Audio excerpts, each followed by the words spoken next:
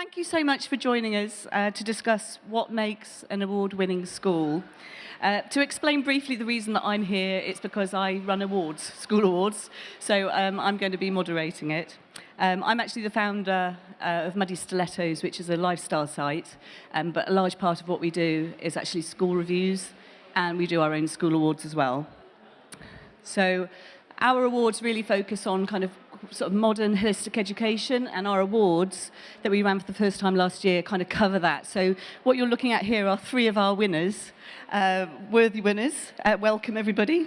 So I'd love to introduce you to Lucy Elphinstone, Headmistress of Francis Holland School in Sloane Square. There is Hugh Viney, CEO, sorry Hugh, we've had a slight change of plan today.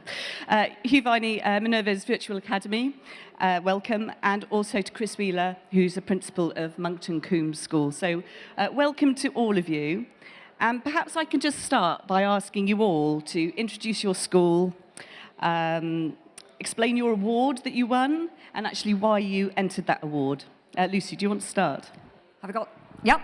Good afternoon, everyone. It's really lovely to see you. I haven't had to travel far. Sloane Square, you heard, is my school just up the road. We're a school of 700 girls, extraordinarily packed into a small space in Belgravia, but with the most expensive inch-by-inch playground in the whole world, I should think. So we have outside space right in that beautiful location in Belgravia. I've been head there for 10 years, and in that time have seen the most remarkable transformation in the school. The school's doubled in size, and we have become known for our entrepreneurial program, for enabling every student in our school, every girl, to learn how to set up her own business and to go out and to make and be the difference in the world. So that's why we won the award for Creative Enterprise. Hi, everyone. My name's Hugh Viney. I'm the CEO and founder of Minerva's Virtual Academy. We're a bit different, to say the least. We founded 2 years ago, and as of today, we have 250 pupils at the school. This time last year at the school show, we had 70. So I was saying to parents last year, we're nearly at 100, and now we can say with confidence we have 250 kids. The reason we're different is this. We have everything many of the great private schools, secondary schools here have. We offer GCSEs and A-levels. We take pupils from year 9 to 13. We have assembly on a Monday morning with our headmaster. We have wonderful after-school clubs in film, art, and entrepreneurship. And we have a thriving school community. But the difference is everything we do is online. Every day, students from 28 countries around the world attend our school from the countries they're in and from the homes they stay in. And why is that? Why would people want to be at a school like ours? Well, many reasons, particularly our support for children with mental health issues. We're fantastic for neurodiverse kids. We have elite athletes, international tennis players and golfers at our school, a really varied student population. Why did we enter an award? Well, we entered the innovative technology-led award because we are just that. We are innovative and we are tech-led. And we're very grateful we won. Brilliant. So I'm Chris Wheeler. I'm at Monkton Combe, which is just outside Bath. You've really got the campuses here from no campus to Lucy's campus. Monkton is on kind of 100 acres of kind of rolling Somerset Hills, just a mile outside Bath, so probably very different. Again, we're a deliberately smaller boarding school. We've got about 400 children at Monkton at year 9 to year 13. We have a prep school with 300 children that runs before that, predominantly boarding in the senior school. And I guess the thing for Monkton is it's a very individually focused school. The children all have their own tutors, the children all write their own reports. That's a really important part of what we're trying to do. And a big part of that, I suppose, plays out. So we won the award for the best sense of humour, which leaves me mildly terrified because there's a fear that you're all now going to say, great, tell us a joke. I mean, I'm happy to do that, but it's not really the point. And there is a serious point. There are two probably really important points within it. One is that I actually think it is really important that school is fun. It is really important that there is a sense that actually you can you can push the boundaries a little bit and do things a little bit different, and that is very important. And you see that playing out whether it's, I don't know, my chaplain, the prep school and the senior school are a mile apart down a pretty steep hill, and my chaplain was challenged to make his way down that hill on a wheelie chair, which he then chose to do fully robed as a part of one of his chapel talks, which he started at the prep school and finished at the senior school chapel with the whole school there.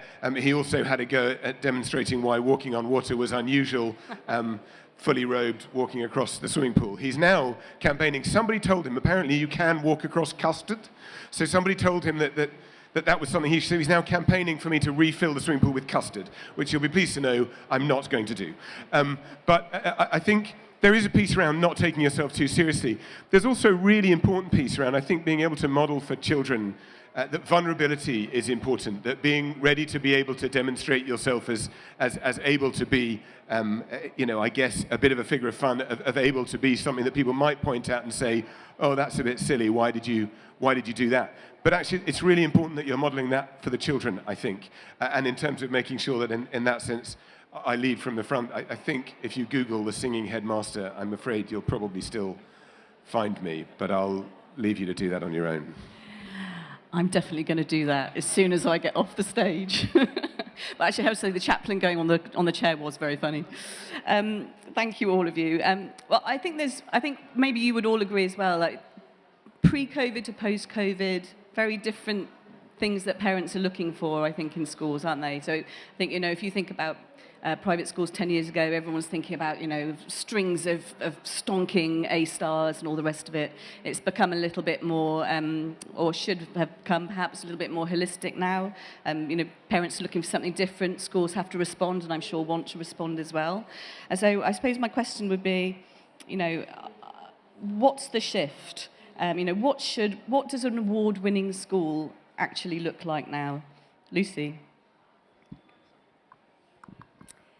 The world has shifted completely, and there's been a revolution, really, in the way that we look at life, and we're now in the middle of an economic crisis, war in Europe. There is so much that in the last 3 or 4 years has changed. And yet, ironically, actually, in London, the educational market remains quite similar, and I think that's of great concern. The London market is very overheated. There is still a sad, in my view, emphasis on academic attainment in public examinations. And many schools are offering exactly the same curriculum that probably I sat certainly in the last century, decades ago. And I think that shows such a lack of imagination and a lack of courage and creative thinking, given how much the world has changed. Technology has utterly transformed our lives, the more so since the pandemic with Zoom calls, etc. And education has not moved with it. So I think all parents should be looking for a school that is innovative and enterprising and creative. We happen to have won an award particularly for that, but I think all schools should be changing their curriculum. In our school, that's amounted to reducing the number of GCSEs that pupils take. GCSEs, incidentally, I think are spawn of Satan, and I very much hope and will be abolished in the next 5 years. There we are, I'm going on record publicly saying that. But I think we've done that so that we can free up space in the timetable to develop other areas and skills in particular that I think are vital for young people to have. So we have something called the 7 C's in our school, upon which all subjects are taught. And they're things like creativity, communication, collaboration, craftsmanship, etc. And these are the skills which are vital for any young person to thrive, because, as everyone says now, there are jobs out there that we don't even know the names of, and we must be prepared to be flexible and adaptable for the landscape that we're going to see when we leave university. I really don't think that so many young people will be going to university, and I'd love young people to be thinking of different routes through to the world of work. I also think that young people need to think of themselves as the job makers, not just the job takers. And the days of leaving university with a piece of paper and saying, right, who is going to employ me now? And thinking that those qualifications on a piece of paper in an academic exam are suitable and equips them for this very quick changing landscape. I think that's naive. So I think developing these skills of entrepreneurship, of creativity, of being able to communicate, of thinking quickly, of problem solving and critical thinking. And I run a girls' school, and I think the future is female, because I think we women are particularly good at collaborating, at finding problems, at creative thinking, and at communication. Language is often our thing. The only weakness we have is in not being prepared to take risks and being frightened of failure. So in the London scene, there is so much perfectionism which is promoted by these highly academic elite schools which say that your only value lies in passing exams. We say completely the opposite. Everyone has a unique talent, and we need to find that. Neurodiversity is pretty much the future, I think. Those children who are dyslexic and think differently, they're the ones who are going to be the entrepreneurs of the future. So we, women in particular, need to get over our perfectionism, learn how to fail, learn how to take risks, and the future is ours. Well, I can see 80% of this room are women, and everyone's nodding furiously. Yeah! I was nodding too. I think the biggest difference, and using our own school as a perfect example, is choice. Parents now, since the pandemic, have more choice than they ever had, even though the choice is quite limited. And we've got boarding, day, and online. But that's better than 3 years ago. The things I like to talk about with this and what's changed since the pandemic is, the first is the obvious one. How we attend school is different, right? Well, how the options for attending school. If we look at our school, for example, 250 kids attend school from home in 28 different countries and still get a school experience, as I mentioned, with great lessons and socialization with their friends and assemblies, etc. So how we attend school has changed, or parents have seen that it can change. Parents have seen that it can be different. 30% of our kids have been at these schools where, like you said, they've been under pressure for results, exams. 30% of our children come to our school because they've had social anxiety issues, because 90% of them caused by high-pressured private schools. That's only a small percentage, well, it's a fairly large percentage of our school population. That's how we attend school, which is cool. But what I really like, and what I think's the lasting legacy of COVID and online schools are able to deliver in this way, is not just how we attend school, it's how we actually school, how we learn. I'll give you one example because it's what we do, and we operate the flipped learning model. We say that 30 kids in a classroom looking at the front with a whiteboard is 200 years old, and whilst it may suit lots of kids, in fact, it suited me perfectly. I was at one of these boarding schools here. It was great for me, but that model does not work for every child. And our model, the flipped learning model, means, say you're studying algebra. You spend 2 hours on a virtual platform without a teacher, learning at your own pace, in your own time, the basics of algebra, taught with AI, video, audio, text. Then you attend your live lesson with a teacher with prior learning and understanding of the subject, and therefore that lesson with your 20 classmates is interactive, discursive, you debate. And the teacher's there to answer questions you've already got for them. You don't spend half an hour listening to the information being delivered to you and hoping you retain it, which does work for some kids, of course it does. Once that's done, you return to the virtual platform and spend an hour or 45 minutes quizzing, making sure you understand it, revision, and then micro-testing and moving on to the next topic. So that's a way of learning, a method of learning, which schools have been into and wanted to deliver for the last 10 years, but it's quite hard to do in a traditional school. With an online school, we can be innovative, we can shake things up, and I think you've seen that, and parents are really buying into that. So I think one of the things that's really important that's changed is I think the emphasis 10 or 15 years ago was looking at what schools do. And I think increasingly now we're smart enough to be looking at what the outcome is. Where does that go? There were, if you'll forgive me, because I did get the Sense of Humour Award, 2 men. They died the same day. One of them is a vicar from Surrey, and the other one is a taxi driver. The taxi driver is a pretty terrifying man. He's 6'7". He's got a skinhead. He's got a lot of tattoos. He's got a tattoo of a serpent running all the way around his torso, and the head and the tail of the serpent land on his shoulder blades. And in between the head and the tail of the serpent, he's tattooed 2 taxis smashing into one another. He's a pretty frightening-looking man. They both die on the same day. They arrive at the gates of heaven. St. Peter takes them in. He takes the taxi driver in through the gates of heaven, and he goes to this huge palatial mansion. And there's a pool and a bar and a party raging, and it's lovely. And the vicar from Surrey is beginning to get quite excited about all that's going on. And St. Peter says to the taxi driver, this is you. And the vicar from Surrey is thinking, well, if this guy gets this, this is going to get really exciting. So they go down the garden path, through past the pool that the taxi driver's now having a party in, and down through his private woodland, and they arrive at the bottom of that, and they see a small shack with one window. And St. Peter says, and this is you. And the vicar from Surrey says, no, I think there must be a mistake, because I'm a vicar from Surrey. I spent my life serving God. That guy got that. I don't understand. And St. Peter said, but you see, the thing is, in your sermons, I'm sorry to tell you this, but largely everybody slept. In that guy's taxi ride, everybody prayed. and my point is, it's about the impact that we have.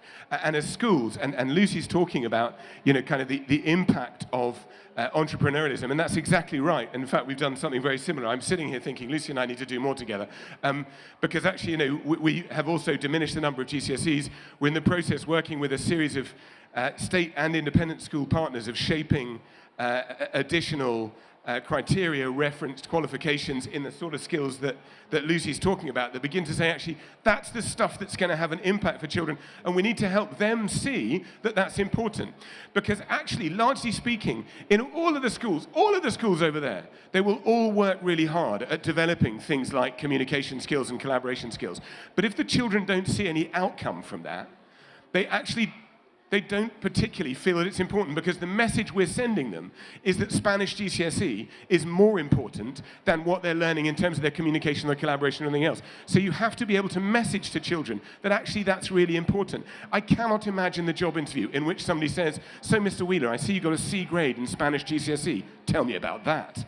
This is not interesting information. So when Lucy talks about GCSEs are problematic, it's not just that they serve a purpose for what they do. It is important to be able to demonstrate that you have a knowledge base. Actually, we went all the way around the houses of sort of, do we just completely move away from GCSEs? We're an independent school, we could, to saying, actually, no, they serve a purpose. Being able to demonstrate that you've got a knowledge base is important.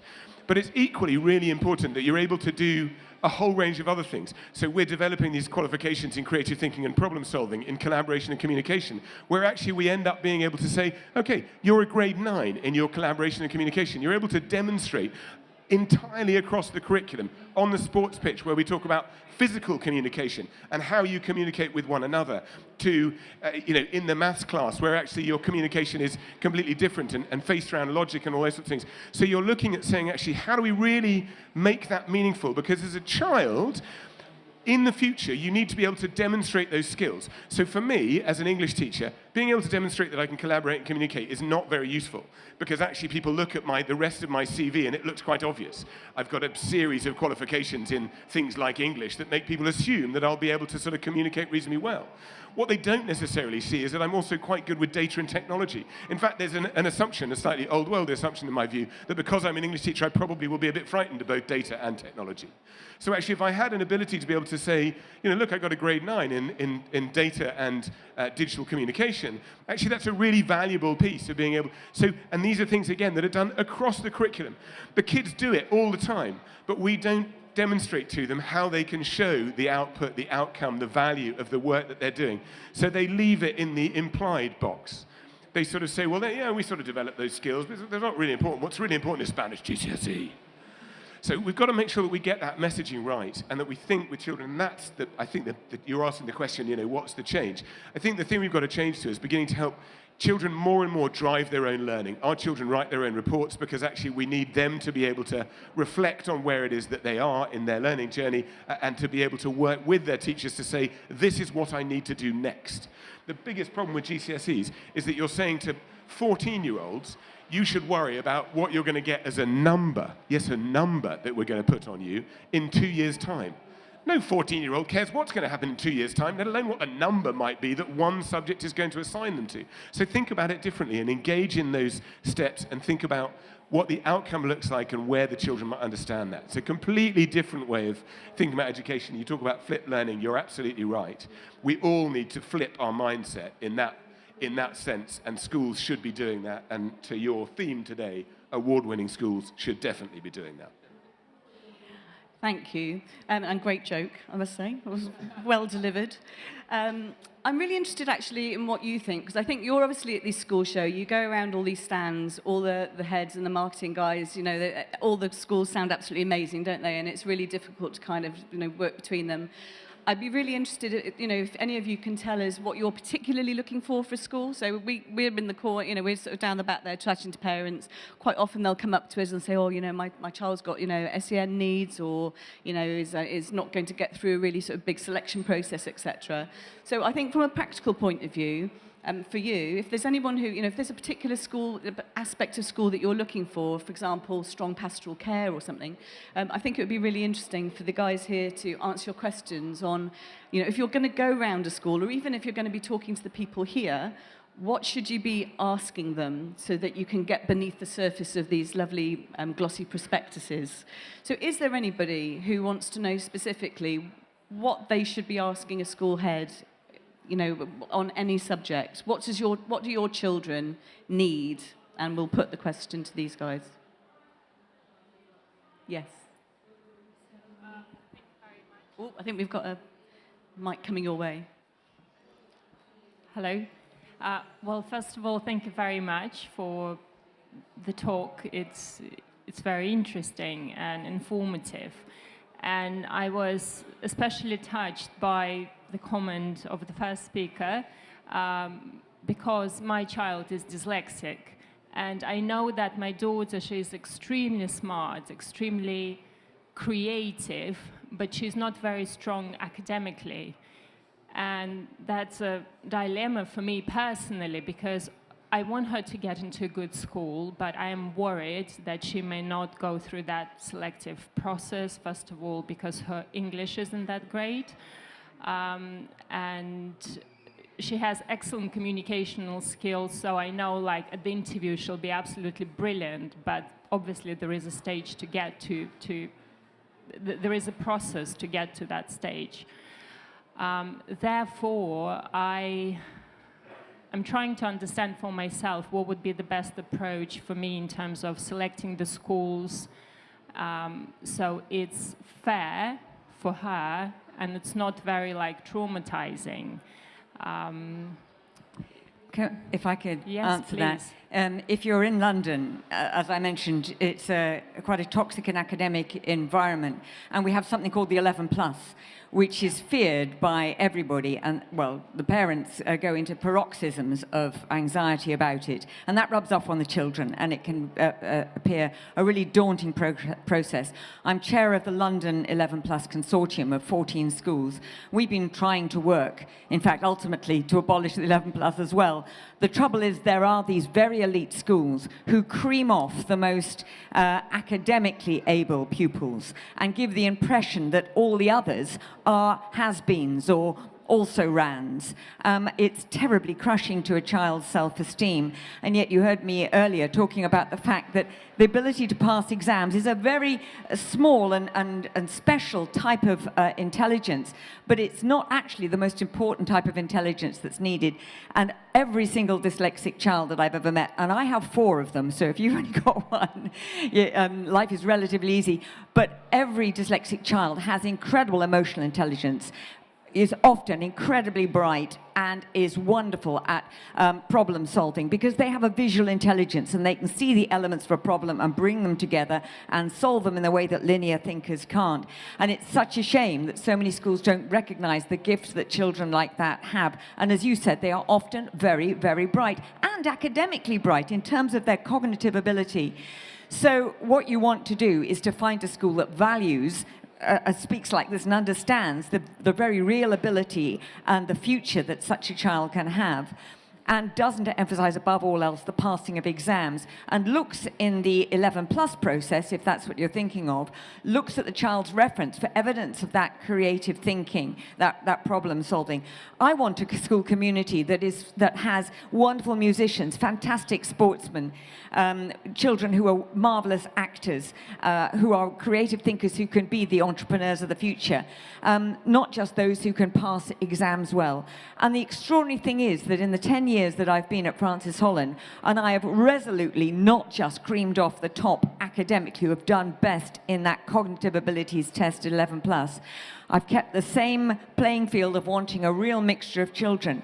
Actually, our academic results have gone up and up and up in the most extraordinary way, but they are followed in the slipstream of the pastoral care and of the inspiring and welcoming atmosphere of helping every child to believe that they have a gift, we can discover it, they are of worth and value, and that they will not be validated simply by this number that they'll get at GCSEs. And that, with that liberating thought, so often they achieve actually those numbers that they never thought that they might achieve.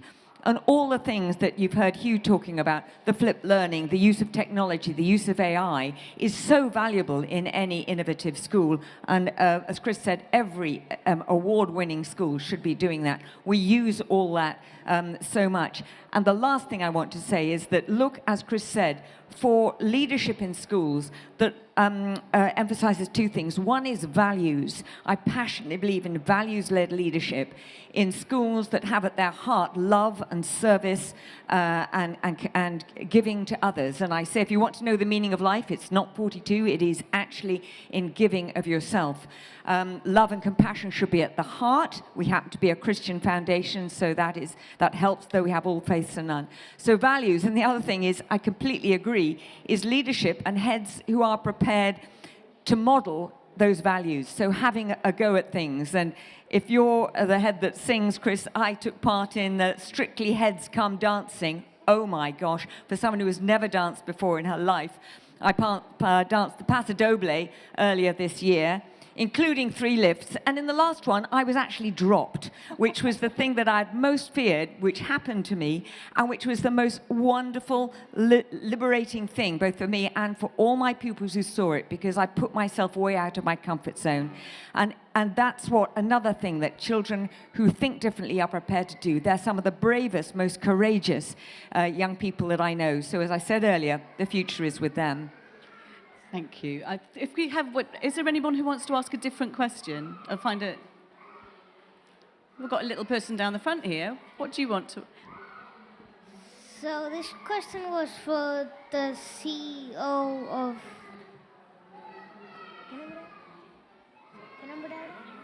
For the Minerva, yeah. Yeah. Minerva's Virtual Academy. So I was very interested in how like. In our strange school, yeah. So how does it work on a daily basis? Well, like the boy your age said to me yesterday when he strolled past our stand, he said, "Can I come to school in my bed?"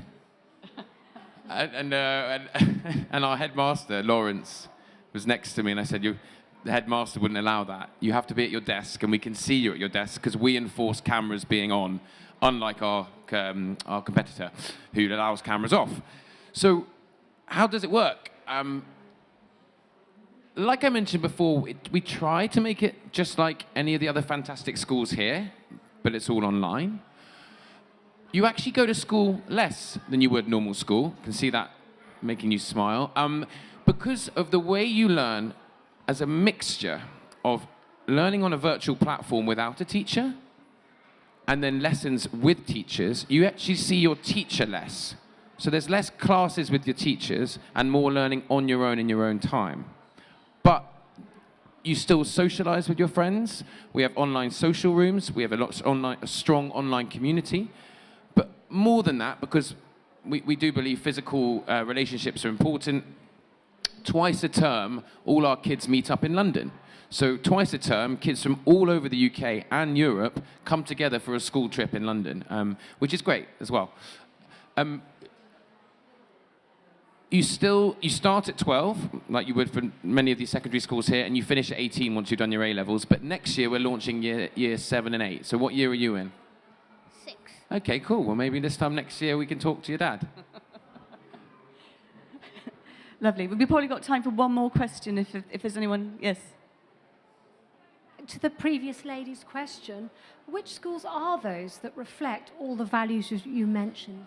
So Are you allowed to say? In London. You'll get a different range of answers. I suppose if we're going back to that question, one of the things, and I'd answer it with something I experienced from a parent who came to Monkton, and he came from the East Sussex Kent border, so he's 3.5 hours from us. And he came to an open morning. I said, it's fascinating that you're here.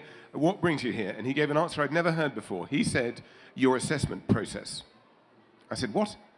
He said, I've looked at so many schools. And he said, what I've learned about schools, and I therefore share this with you, as I thought this was really an interesting observation, is actually what they do as an assessment process reflects who and what they are.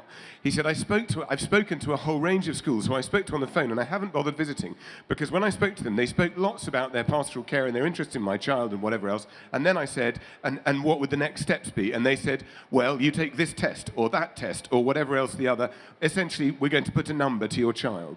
And what I thought, and he sort of said, what I think was interesting about your school is that isn't what you do. So you'll find any number, but if you're looking for a way of cutting through, I thought that was quite an interesting approach to be able to say, okay, as a question you can ask on the phone, so I've heard all the things you've said about your school. What are the next steps? What does your assessment process look like? Because actually that will tell you a great deal. Because if in the end, to your question, there's all the things that you're wanting to hear, but then it's a kind of, well, actually what we'll do is we'll sit you through a test and, there'll be levels. That tells you something about where you're at. So it was something that a parent said to me earlier this year, but I think it's a useful answer to that question, and it's become sort of where I've begun to answer that question from, that actually that allows you to say, okay, that's how you assess. That really tells me what you think and what you believe and how you move forward. Thank you all so much. We could sit here for hours talking about this. I'm sorry we're going to be chucked off the stage any minute. So thank you all for coming today, and thank you all very much for taking part, and have a great rest of your day, everybody.